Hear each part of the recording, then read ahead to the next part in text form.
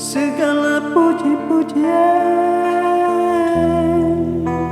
hanyalah Assalamualaikum dan salam satu negara. Saya Khair Zaman dari Manhaza Studio, di mana channel ini akan memberi dan berkongsi beberapa maklumat yang saya rasa bermanfaat untuk sahabat-sahabat di luar sana. Perkongsian maklumat yang mendatangkan kebaikan lebih baik dari maklumat yang memecah belahkan kita. Di setiap video saya nanti, saya akan berkongsi maklumat berdasarkan pengalaman-pengalaman saya yang saya rasa baik untuk dikongsikan bersama. Ingat 3 perkara asas yang penting untuk kita jadikan sebagai prinsip hidup. Pertama, percaya kepada Tuhan. Kedua, sentiasa berniat ingin membantu orang lain. Ketiga, sentiasa bertaubat. Saya harap sahabat-sahabat di luar sana dapat menyebarkan 3 perkara ini kepada sahabat-sahabat yang lain.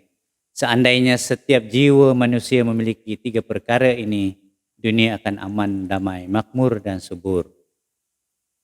Dan inilah niat saya untuk merakamkan video dalam YouTube. Saya akan membaca 3 perkara ini di setiap video saya nanti, dengan harapan ianya dapat bertapak dalam sanubari setiap insan, insya-Allah.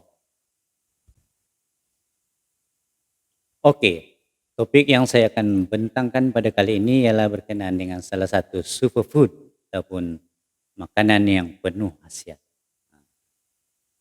Makanan yang saya maksudkan ialah kacang saca enci, atau dalam negara kita ada yang memanggilnya kacang gunung. Dan saya mungkin sahabat-sahabat di luar sana ada yang mungkin dah kenal tentang saca enci ini. Dan mungkin ada yang tak kenal. Okey, sejak kebelakangan ini pokok saca enci mula menarik minat rakyat Malaysia kerana ia disenaraikan sebagai salah satu superfood. Superfood maksudnya makanan yang banyak khasiat lah. Iaitu superfood di dunia pada tahun 2016. Tumbuhan yang berasal dari Peru ini telah lama digunakan oleh masyarakat Inca sejak 300 tahun yang lalu, iaitu satu masyarakat ataupun kaum dekat Peru lah yang dipanggil Inca. Ianya sangat kaya dengan nutrisi serta ditanam secara komersial di Thailand, Vietnam dan Kemboja. Bagaimana saya mengenali saca enci? Okey. Saca enci ini sebenarnya saya mengenali saca enci sebenarnya bermula daripada seorang kawan yang dia kawan sekerja saya dulu. Dia pada masa tu dia baru balik daripada Cambodia, balik daripada outstation. Dan dia bawalah satu kacang. Dia panggil, siapa nak makan kacang datanglah, dia kata. Okey, saya pun datanglah makan kacang. Lepas tu saya pun cuba satu biji kacang yang dipanggil saca enci. Saya pun cuba makan satu, nak lagi. Makan satu, nak lagi. Dia sedap. Lepas tu saya tanya dengan kawan saya tu, saya panggil dia abang. Bang, kacang ni ada dijual di Malaysia ke? Saya tak tahu, tapi ni saya beli kat Cambodia. Harga dia 150. 200 gram. 200 gram yang dah masak, yang dah dibakar, dia kata 200 gram. Memang mahal lah. Kalau macam kita ni tak mampulah nak beli, kan? Lepas tu bila saya rasa benda ni sedap, saya minat, saya pun masa makan tu saya terus Google. Google. Rupanya saca enci ini adalah salah satu makanan yang amat berkhasiat, terutama orang yang ada kolesterol tinggi dalam badan. So saya Google cari supplier kat mana. Saya dapat supplier daripada Thailand. Dia jual dengan saya sekilo RM200. Saya nekat beli RM200 1 kilo. Lepas tu saya tanam 30 biji. Semuanya jadi, semua tumbuh. Saya tanam di sekeliling rumah saya. Sekarang saya makan saca enci free je. Tak perlu keluarkan modal. Tak perlu keluar modal 200. Malah saya jual lagi. Itu itu pengalaman saya tentang Sacha Inci lah. Saya akan cuba videokan segala pengalaman saya yang saya rasa baik untuk dikongsikan. Sebab saya adalah seorang yang oleh orang kata suka belajar. Tak kira kalau saya suka saya akan belajar. So sebelum saya meneruskan cerita saya tentang Sacha Inci ini, sila like, subscribe dan tekan lonceng supaya sahabat-sahabat di luar sana tidak ketinggalan. So saya akan videokan segala pengalaman saya nanti dalam YouTube ini. Di mana video ini saya rasa bermanfaat untuk sahabat-sahabat semua. Okey. Pokok Sacha Inci ini mempunyai khasiat dan nutrisi yang tinggi. Sacha Inci kaya dengan omega 3 iaitu lebih tinggi berbanding kandungan omega di dalam ikan.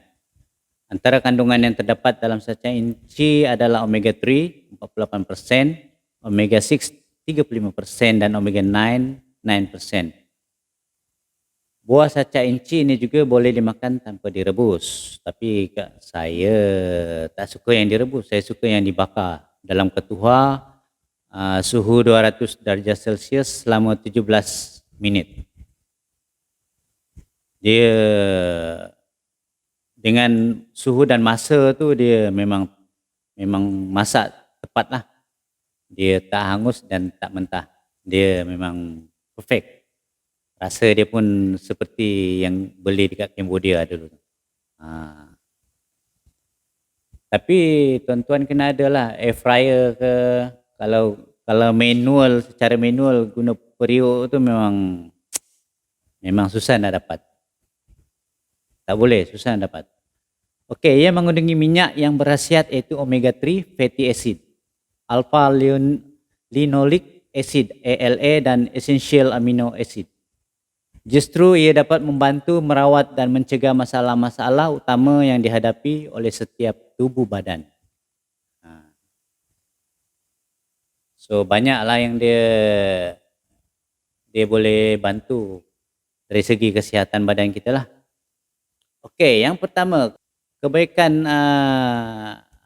Sacha Inci iaitu mengawal berat badan. Okey, semua orang nak badan yang ideal. Tak gemuk, tak kurus, kan? Di mana hormon kortisol, kalau ini saya research dekat Google lah, hormon kortisol yang berlebihan pada tubuh badan akan membuatkan kita makan secara berlebihan, terutamanya makanan manis dan berlemak. Hormon kortisol. Omega 3 pada pokok Sacha Inci mampu mengawal hormon kortisol yang bertindak untuk mengawal selera makan.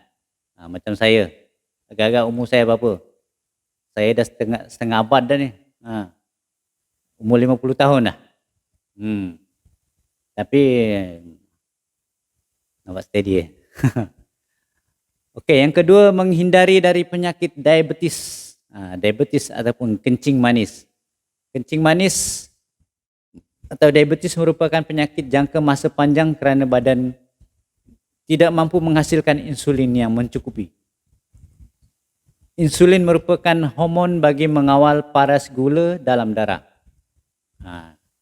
Kita belajar biologi sikit. Omega 3 juga dapat mengawal tahap insulin dan sekaligus mengurangkan risiko diabetes. Itu dia kelebihan omega 3 ni. Sebab tu saya nak sangat buah ni. Sehingga kan saya menanam di sekeliling rumah saya. Nombor 3, mencantikkan kulit dan menguatkan akar rambut. Menguatkan akar rambut tu. Macam rambut saya ni tebal lagi. Cuma yang ni semula jadi. Ni semula jadi. Tak boleh kata apa lah. Allah dah bagi macam ni kan. Vitamin E dan omega 3 membantu mengawal pengeluaran minyak pada rambut dan juga kulit. Ini akan menghasilkan kulit yang lebih anjal, mengekalkan hidrasi, memperbaiki kerosakan kulit dan rambut serta melindungi daripada sinaran matahari. Macam saya, walaupun berjemur tapi sentiasa cerah.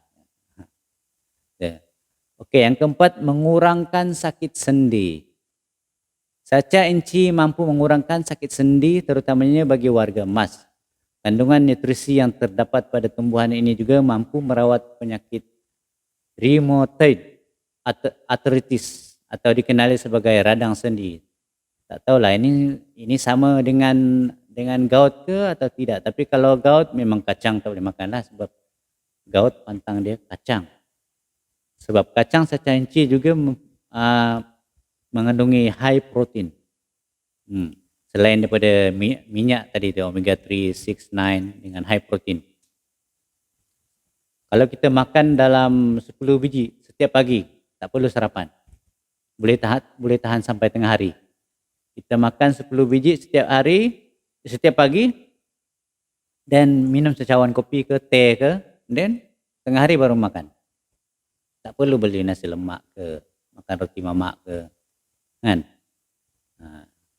Sebab tu badan maintain ni. Tu ramai tanya, awak ni berapa? Macam tu, kan?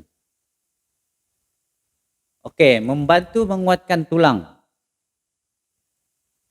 Omega 3 pada pokok Sacha Inci membantu tubuh badan untuk menyerap kalsium secara optimum.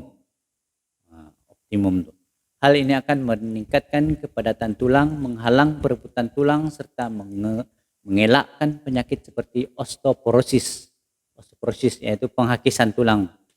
Lama-lama hakis patah tulang tu. Itu yang jalan kaki bengkok lah, tulang belakang bengkok lah, kan. Itu osteoporosis. Yang keenam, membantu mengukuhkan ekonomi. Ini PKP sekarang ni memang diperluaskan sangatlah, membantu mengukuhkan ekonomi. Iaitu di samping kita memakan sendiri, kita boleh jual-jual. Macam saya pun sehinggakan stok tak mencukupi, sebab saya bukan buat secara komersial. Cuma tujuan saya di sini untuk nak share kepada sahabat-sahabat. Mana tahu ada sahabat-sahabat yang terbuka hati ingin menanam untuk komersial ke, untuk kegunaan diri sendiri ke, tak kisah.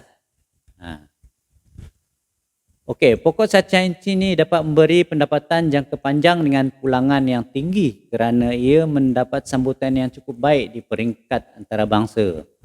Sebab dah dikenali dalam dunia, salah satu superfood. Dalam Google semua ada. Kalau tak percaya, Google Sacha Inci. Semua ada cerita.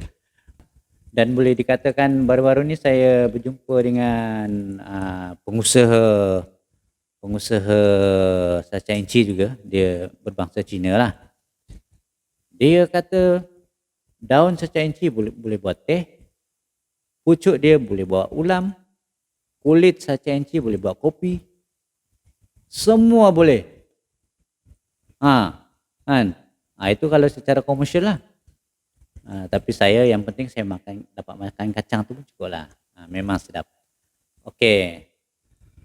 Dan pihak Risda juga telah pernah membantu dengan memberikan 20 hingga 30 batang pokok bagi setiap isi rumah pekebun kecil, dan ia mampu memberi pulangan yang lumayan sehingga RM500 sebulan. Secara tidak langsung ia dapat membantu peniaga kecil dan ekonomi tempatan. Sampai Risda pun offer. Ada masuk newspaper tahun bila?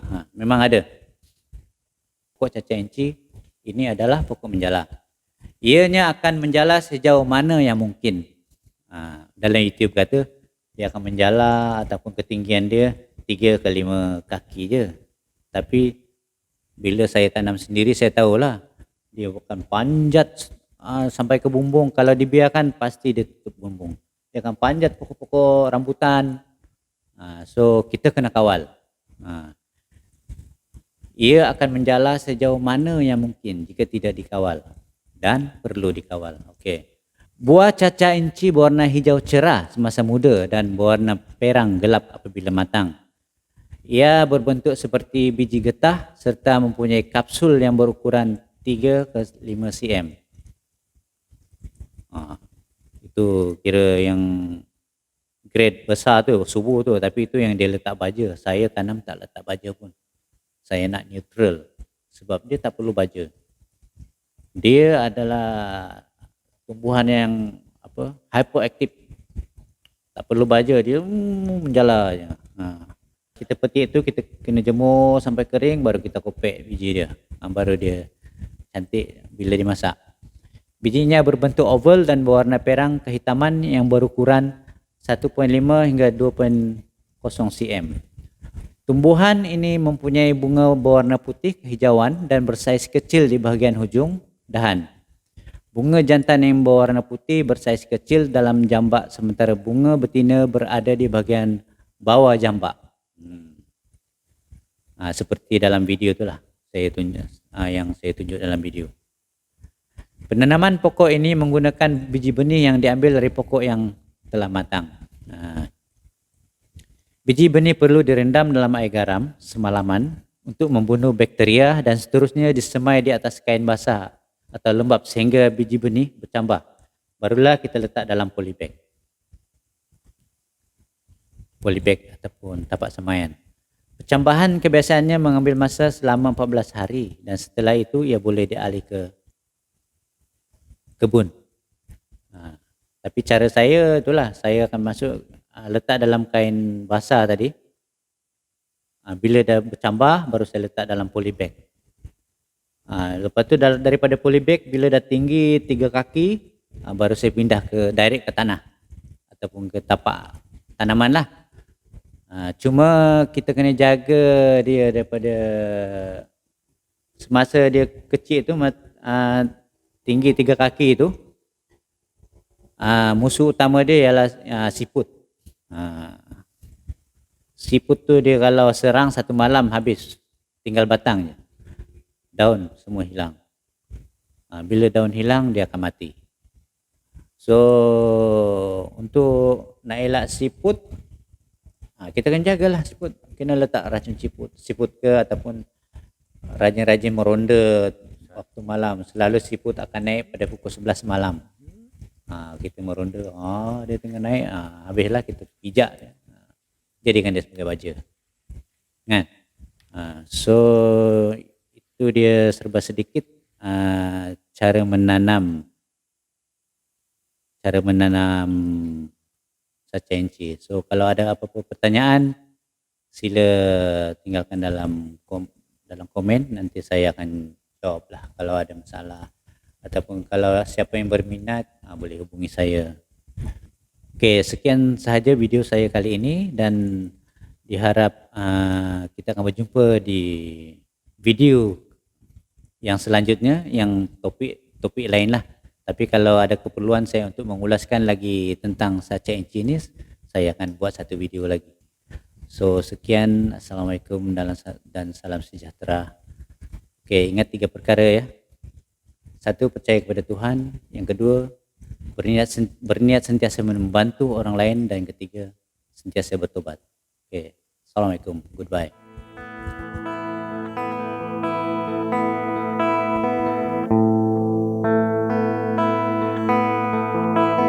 Kaulah yang Maha Esa, Kaulah yang Maha Pengasih. Tiada aku